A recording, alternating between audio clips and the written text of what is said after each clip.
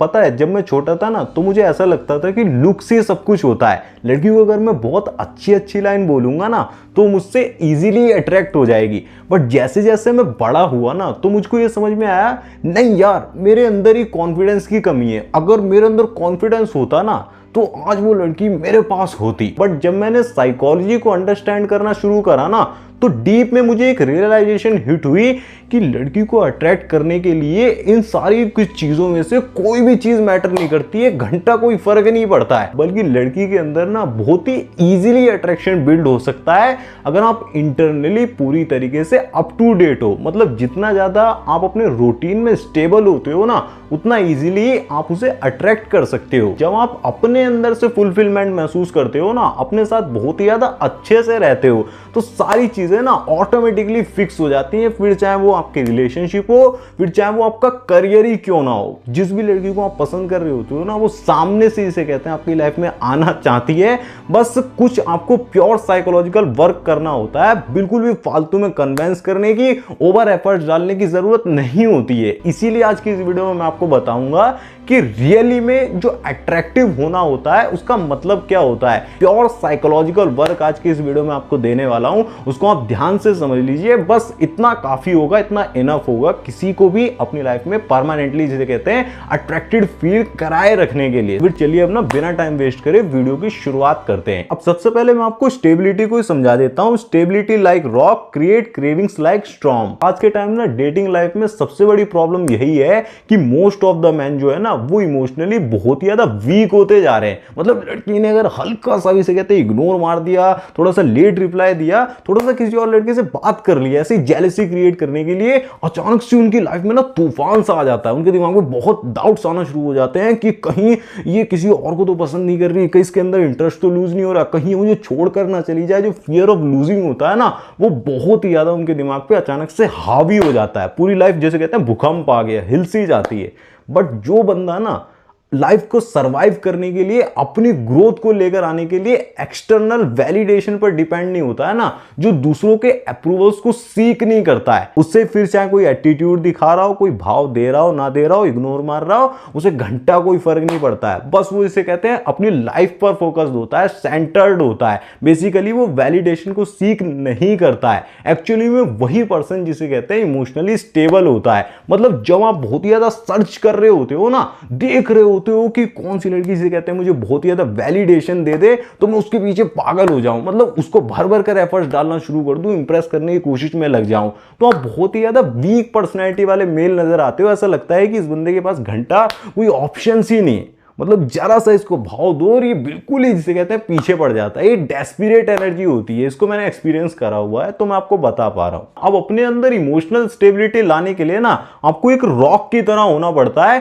कि चाहे कितना ही तूफान क्यों ना आ जाए, कितनी जिसे कहते हैं बवंडर उड़ जाए, लहरें क्यों ना आ जाए, लेकिन आप हिलते नहीं हो, आप अपनी जगह पर रहते हो, आप अपने ग्राउंड को होल्ड करके रखते हो। मन में जो इमोशंस के उबाल आती रहती है ना कि अचानक से बहुत इमोशंस हावी होने लगे, उसमें भी आप रिएक्ट नहीं करते हो। मतलब ऐसा नेचर बिल्कुल भी नहीं होना चाहिए कि किसी बंदे ने आपकी जरा सी तारीफ कर दी, आपको चने के झाड़ पर चढ़ा दिया और आप उसके साथ हो लिए, और वहीं पर दूसरे बंदे ने आपकी बुराई कर दी, आपको बहुत बुरा लग गया, आप हर्ट हो गए एक छोटे बच्चे की तरह। आप जिसे कहते हैं कोने में बैठकर बहुत ज्यादा दुखी हो, उससे बात नहीं कर रहे हो, बेसिकली जो है नाराज हो। वो चीज बिल्कुल भी जिसे कहते हैं नहीं होनी चाहिए। ये आपके सेल्फ कंट्रोल को बहुत ज्यादा वीक प्रेजेंट करता है। आपको पता है एक नाइस गाय में और एक रियल मैन में, अल्फा मेल में क्या जिसे कहते हैं सबसे बड़ी बिग डिफरेंस होता है, क्या क्वालिटी का डिफरेंस होता है। नाइस गाय जो होता है ना वो हमेशा बहुत ही ज्यादा अप्रूवल्स को सीख करता है। वो जिसे कहते हैं अपने आप को बहुत ही ज्यादा एक लॉटरी की तरह प्रेजेंट करता है कि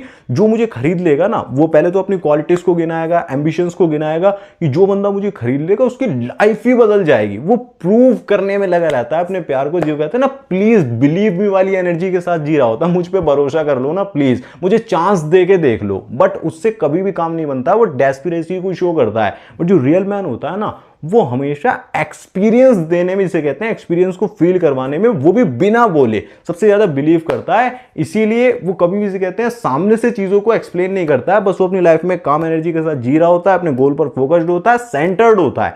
कभी भी जिसे कहते हैं लड़की के बिहेवियर के अकॉर्डिंग अपने स्केड्यूल को रीअरेंज नहीं करता है, तो ऑटोमेटिकली जिसे कहते हैं वो उसे डिकोड करने के लिए रेडी होती है, और जितना ज्यादा वो डिकोड करती रहती है उतना ज्यादा इमोशनली इन्वेस्टेड होती है, और अट्रैक्शन भी वहीं से ग्रो करता है जब इमोशनल इन्वेस्टमेंट आती है। तो इमोशनल स्टेबिलिटी आपकी फर्स्ट प्रायोरिटी होनी चाहिए। अट्रैक्शन जो होता है ना वो हमेशा स्टेबिलिटी की तरफ मूव करता है, ना कि एफर्ट्स की तरफ। चाहे कितने ही एफर्ट्स आप डाल रहे हो, आप किसी भी लड़की को जिसे कहते हैं अट्रैक्ट नहीं कर सकते हो। जैसे कि एग्जांपल से समझ लो, एक बंदा जो है ना वो हमेशा लड़की के रिस्पॉन्सेज को बहुत ही ज्यादा ऑब्जर्व कर रहा होता है, मतलब मैसेज की टाइमिंग क्या होती है वो गैप को फिल करने की कोशिश में लगा रहता है, छोटे छोटे बिहेवियर को ऑब्जर्व करता है, मूड स्विंग्स को जिसे कहते हैं ध्यान से ऑब्जर्व कर रहा होता है, कब जिसे कहते हैं अच्छे से बात कर रही है कब नहीं, मतलब सारा दिमाग वहीं लगा होता है, इसलिए बहुत ही ज्यादा अनस्टेबल हो जाता है, इमोशनली अनस्टेबल बहुत ही ज्यादा हो जाता है। बट जो रियल मैन होता है वो कभी भी लड़की को लाइफ का सेंटर नहीं बनाता है, वो अपनी लाइफ को एक ग्रोथ को सेंटर बना के चलता है, वो अपनी लाइफ में और भी इंटरेस्टिंग चीजें कर रहा होता है, जिससे कि लड़की भी उसके बारे में ओवर थिंक कर रही होती है कि ये बंदा क्या कर रहा हो, कभी भी इंस्टेंटली जिसे कहते हैं रिप्लाई नहीं करता है, थोड़ा ओवर थिंक भी करवाता है, और यही जिसे कहते हैं एक अथॉरिटी बिहेवियर को शो करता है कि माई लाइफ माई डायरेक्शन, और मेरी लाइफ पूरी तरीके से मेरे कंट्रोल में। यही रियल मैस्कुलिन क्वालिटी होती है। अब जानते हैं कि किस तरीके से आप खुद को अट्रैक्टिव बनाते हो, what do you do next. आप शायद ये ना जानते हो, लेकिन कहीं ना कहीं आप ही वो पर्सन होते हो जो लोगों को इनडायरेक्टली सिग्नल भेज रहे होते हो कि उन्हें आपको कैसे ट्रीट करना है। जैसे कि सपोज करो आप बहुत ही ज्यादा अच्छे से खुद को ट्रीट करते हो, आपके दिमाग में ना आपका बहुत ही ज्यादा कॉन्फिडेंट वर्जन है कि मैं बहुत ही ज्यादा कॉन्फिडेंट इंसान हूं, अच्छे से ड्रेसअप करते हो, अच्छे से क्लीनलीनेस पे जिसे कहते हैं फॉलो करते हो, अच्छे से कपड़े पहनते हो, मतलब वेल बिहेवियर में जिसे कहते हैं लोगों को ट्रीट करते हो, तो इनडायरेक्टली लोगों को भी सिग्नल जाता है कि ये एक्चुअल में हाई क्लास बंदा है, हाई वैल्यू पर्सन है, तो वो भी आपको बहुत ही अच्छे से ट्रीट करते हैं। मतलब बेसिकली अगर इसे कह सकते हैं आप अपने टाइम की वैल्यू करते हो,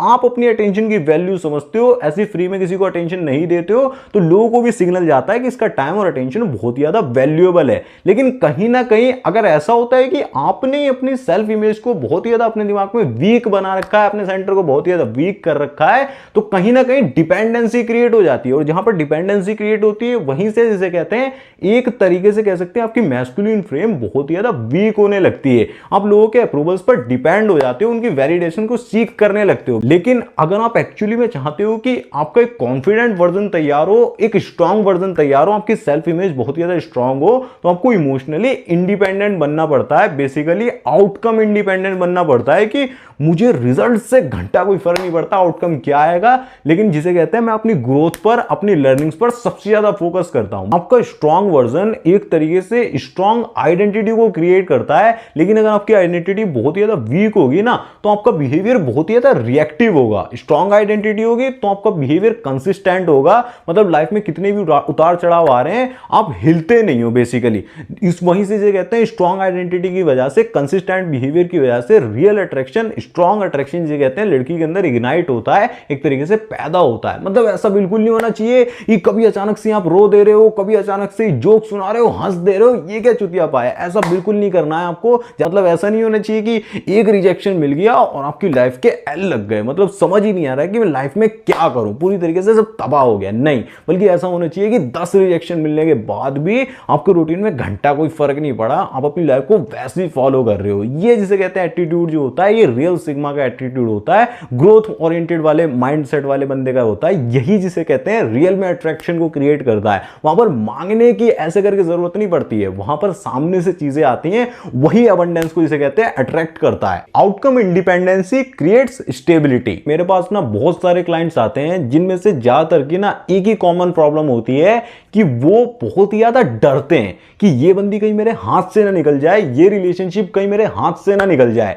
जिसकी वजह से वो जल्दी से जिसे कहते हैं ना रिलेशनशिप को होल्ड करना चाहते हैं, जल्दी से वो कमिटमेंट के लिए जिसे कहते हैं चीजों को आगे बढ़ाने के लिए बहुत ही जल्दी फोर्स करते रहते हैं। वो बहुत ही जल्दी एफर्ट्स डालेंगे, जबरदस्ती कहते हैं गिफ्ट वगैरह लेकर आएंगे, एक्सपेंसिव डेट्स पर लेकर जाएंगे, बट उससे कुछ होता नहीं है। जितना ज्यादा आप एफर्ट्स को बढ़ाते हो ना, उतना ज्यादा उसके दिमाग में प्रेशर क्रिएट होता है, जिसकी वजह से वो कभी ओपन हो ही नहीं पाती है। और एक तरीके से आप उसकी नजरों में ना लो वैल्यू कैटेगरी में चले जाते हो कि ये बंदे पे इतने सारे ऑप्शंस है ही नहीं, इसीलिए इसे कहते हैं मेरे पीछे हाथ धोकर पड़ा हुआ है। और वहीं पर आपकी एनर्जी बहुत ही ज्यादा वीक शो होती है। सिंपल से एग्जांपल से समझो, अगर आप इंप्रेस करने के लिए बात करते हो ना, तो आप टेंशन में रहने ही वाले हो। आपके दिमाग में वही चलता रहेगा कि अब मैं कैसे इंप्रेस करूं, जल्दी जल्दी चीजों को कहीं ना कहीं से कहते हैं आप बढ़ाने के लिए एक्शन ले ही लोगे। लेकिन अगर आप सिर्फ एक्सप्रेस करने के लिए बात करते हो ना, कनेक्शन बनाने के लिए बात करते हो, तो आप बहुत ही ज्यादा हल्का फील कराते हो, बहुत ही ज्यादा रिलैक्स्ड फील कराते हो। वहीं पर लड़की खुद ही बोलती है कि इस बंदे की वाइब सबसे अलग है, इस बंदे की वाइब काफी ज्यादा मैच होती है, इसके साथ मुझे जेन्युइन कनेक्शन फील होता है। सिर्फ अटैचमेंट नहीं है, जेन्युइन कनेक्शन क्रिएट करना होता है, वहीं से ये कहते हैं रियल अट्रैक्शन बिल्ड होता है। अब वीडियो में आगे बढ़ने से पहले एक इंपॉर्टेंट चीज बता देता हूं कि अगर जिसे कहते हैं वीडियो देखकर आप सीख तो जाते हो, लेकिन अपनी लाइफ में कैसे इंप्लीमेंट करना है, कैसे सिचुएशन को सुधारना है, वो आप नहीं कर पाते हो। आपको समझ में नहीं आता है कि यार वीडियो में जो बताया जा रहा है वो समझ तो जा रहा हूं, बट रियल लाइफ में अप्लाई कैसे करूं वो मेरे दिमाग में नहीं घुस रहा है। मतलब सिचुएशन आती है और मेरे हाथ से निकल जाती है। कई बार ऐसा हुआ है कि लड़की अट्रैक्ट होते होते जिसे कहते हैं मेरी तरफ आते आते मेरी गड़बड़ियों की वजह से, जो भसड़ मैंने मचाया उसकी वजह से हाथ से काम निकल गया। तो आप पर्सनली से कहते हैं मेरे से कॉल पर कनेक्ट कर सकते हो, चैट पर भी बात कर सकते हो। उसके लिए मैंने आपको डिस्क्रिप्शन में लिंक दिया हुआ है, वहां से आप अपना स्लॉट बुक कर सकते हो और 1-to-1 जिसे कहते हैं मैन टू मैन जिसे कहते हैं बात कर सकते हो अच्छे तरीके से। सारी चीजें बिल्कुल पर्सनल रहती हैं, एक टाइम स्लॉट के हिसाब से होता है, वो आप सब चेकआउट कर लेना। कुछ डिस्काउंट भी चल रहा है, वो भी देख लेना। Emotional safety is her priority. ज्यादातर बंदे ना इस चीज को मिसअंडरस्टैंड ही कर रहे होते हैं। उनको ऐसा लगता है कि जितने ज्यादा एफर्ट्स उतना ज्यादा प्यार, लड़की ऐसा ही समझती है, बट वुमेन साइकोलॉजी बिल्कुल इसके अपोजिट ही वर्क करती है। उसके लिए सबसे ज्यादा इंपॉर्टेंट चीज होती है, उसकी फर्स्ट प्रायोरिटी होती है इमोशनल सेफ्टी। और इमोशनल सेफ्टी का मतलब क्या होता है कि एक बंदा, मतलब ये जो मेन मेरे साथ है जो भी बंदा है, वो कितना ज्यादा अपने इमोशंस को कंट्रोल कर सकता है। मतलब जब मैं इसके सामने थोड़ा सा वल्नरेबल होती हूँ ना, अपनी इनसिक्योरिटीज को शो करती हूँ, तो क्या अचानक से ये डिफेंसिव मोड में चला जाता है, अचानक से बहुत ही ज्यादा चिड़चिड़ा हो जाता है। वहीं पर वो चेक कर रही होती है कहीं ना कहीं कि इसे सिर्फ मेरे से मतलब है, या फिर एक्चुअली मुझे समझना चाहता है, या फिर सिर्फ मेरी फिजिकल ब्यूटी से मतलब है। और वहीं पर सच्चाई निकल कर आ जाती है। बट जो बंदा इसे कहते हैं कामली उसकी बातों को सुनता है, एक्चुअल में लिसन करके समझता भी है, उसके बाद इजीली कहते हैं रिस्पॉन्ड करता है, स्लोली जो कहते हैं चीजों को आगे बढ़ाता है, कभी भी जल्दबाजी नहीं करता है। जल्दबाजी जिसे कहते हैं इमोशनल सेफ्टी को बहुत ज्यादा ट्रिगर करती है कि ये बंदा जल्दबाजी क्यों कर रहा है। जल्दबाजी बहुत ही रेड फ्लैग होता है, बहुत ही बड़ा सिग्नल होता है कि ये कुछ गड़बड़ ही करेगा। तो जल्दबाजी जहां पर भी दिखती है वो पीछे हट जाती है, वो गार्ड्स को अप कर लेती है। जैसे जैसे स्लो फेज में अट्रैक्शन बिल्ड होता है, वैसे वैसे लड़की धीरे धीरे ओपन होती जाती है। जैसे कि एग्जांपल से समझाता हूं, मोहित जो है ना, वो बहुत ही ज्यादा लड़की को इसे कहते हैं प्यार करना उसने शुरू कर दिया। फर्स्ट मंथ के अंदर इसे कहते हैं उसने अपनी फीलिंग्स को एक्सप्रेस कर दिया कि मैं तुम्हें बहुत ही ज्यादा पसंद कर रहा हूं, मेरे अंदर इमोशंस आ रहे हैं, मतलब मेरे से रहा नहीं जा रहा, रातों में नींद नहीं आती है, और बहुत ही ज्यादा भर भर के फीलिंग्स बता दी। बट वहीं पर इसे कहते हैं लड़की को ऐसा लगा कि यार अभी तो मिले ही हैं, अभी तो एक दूसरे को जाना भी नहीं है, एक्चुअल में उसने ऑब्जर्व भी नहीं कर पाया कि कैसा बंदा है, क्या करता है। वो पीछे हट गई, उसने उसको रिजेक्ट कर दिया। और वो फिर उसके बाद जो डेस्परेट बिहेवियर कि मुझे छोड़ के मत जाओ, ये वो फलाना ढिमकाना, वो समझा रहा है। बट वहीं पर जो राहुल है ना, उसने क्या करा, सिंपल सही उसने भी प्रपोज किया, बट थोड़ा टाइम लेकर, इजीली जो कहते हैं चीजों को पहले एक्सप्रेस कर करके थोड़ा बिहेवियर समझता रहा, थोड़ा डेट्स पे गए धीरे धीरे, फिर उसने 3 to 4 मंथ्स के बाद जिसे कहते हैं प्रपोज किया, लेकिन एक अलग तरीके से कि मैं जिसे कहते हैं तुम्हें और ज्यादा डीप में समझना चाहूंगा, और मैं चाहूंगा कि इस रिश्ते को हम और ज्यादा डीप में एक्सप्लोर करें। मेरी तरफ से कोई जबरदस्ती नहीं है, तुम जब चाहो जिसे कहते हैं तुम मेरे को चीजों को आगे बता सकती हो।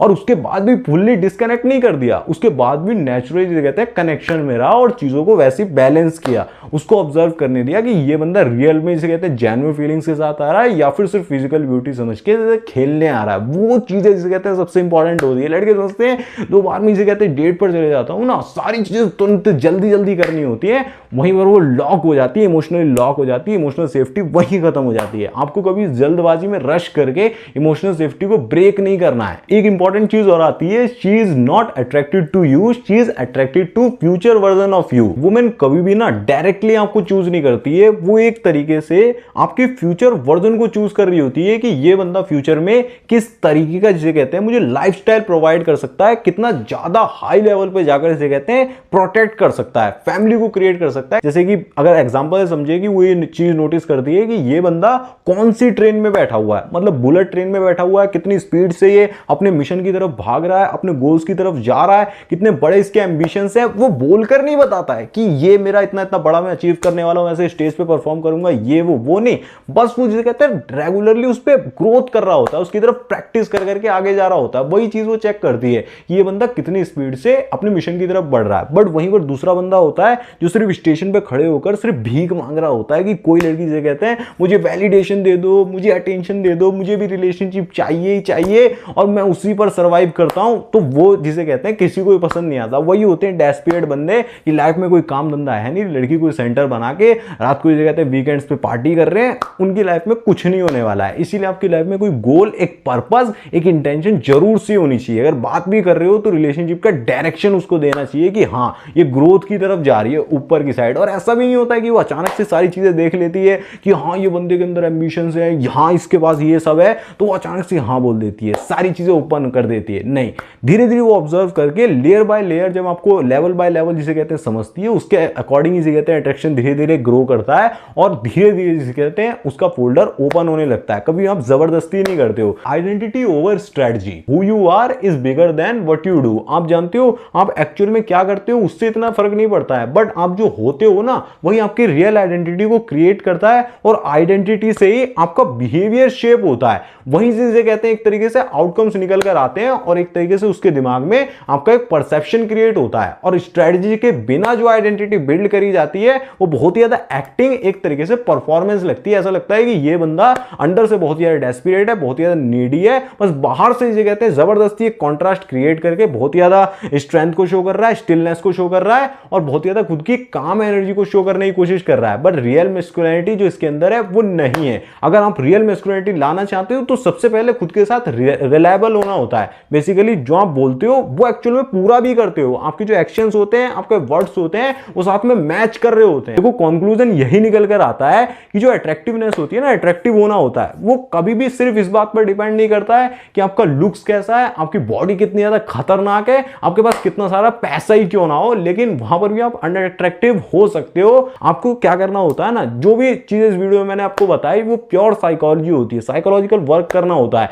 बेसिकली आपका माइंडसेट बहुत ही ज्यादा अट्रैक्टिव होना चाहिए। आपके जो थॉट्स होते हैं ना, आपके जो गोल्स होते हैं, एम्बिशंस होते हैं, वही सबसे ज्यादा अट्रैक्टिव बनते हैं। मतलब कि ये बंदा इतना बड़ा सोच भी सकता है, इतना जिसे कहते हैं अपनी लाइफ में वर्क कर रहा है, आपकी काम एनर्जी जो होती है, शांति, आप अपने अंदर सेंटर्ड होते हो कि हाँ बाहर चाहे कुछ भी हो रहा हो मैं अपनी शांति को भंग नहीं होने देता हूं, मैं अपने अट्रैक्शन को जिसे कहते हैं अपनी पावर को लूज नहीं करता हूं, मैस्कुलिन फ्लेम को होल्ड करके चलता हूं। वही जिसे कहते हैं रियल अट्रैक्शन को बिल्ड करता है। वहीं से लोग आपकी तरफ खिंचे हुए चले आते हैं, आपके बारे में जानने के लिए क्यूरियस होते हैं, क्रेविंग्स पैदा होती है बेसिकली। बाकी यहां पर आपके लिए ये जानना भी बहुत ही ज्यादा जरूरी हो जाता है किस तरीके से ना आप लड़की को उस लेवल पर तैयार कर सकते हो जहां पर वो खुद ही एज्यूम कर लेती है कि वही जिसे कहते हैं आपको चूज कर रही है, आपको पसंद करती है और वो उसी का डिसीजन है। मतलब आप बिल्कुल भी फोर्स नहीं कर रहे हो। जो फोर्स डिसीजन नहीं होता है वही रियल अट्रैक्शन होता है और वहीं से कहते हैं परसेप्शन की वजह से आपकी तरफ मोस्टली अट्रैक्टिव होना शुरू हो जाती है। उसकी फीलिंग जो होती है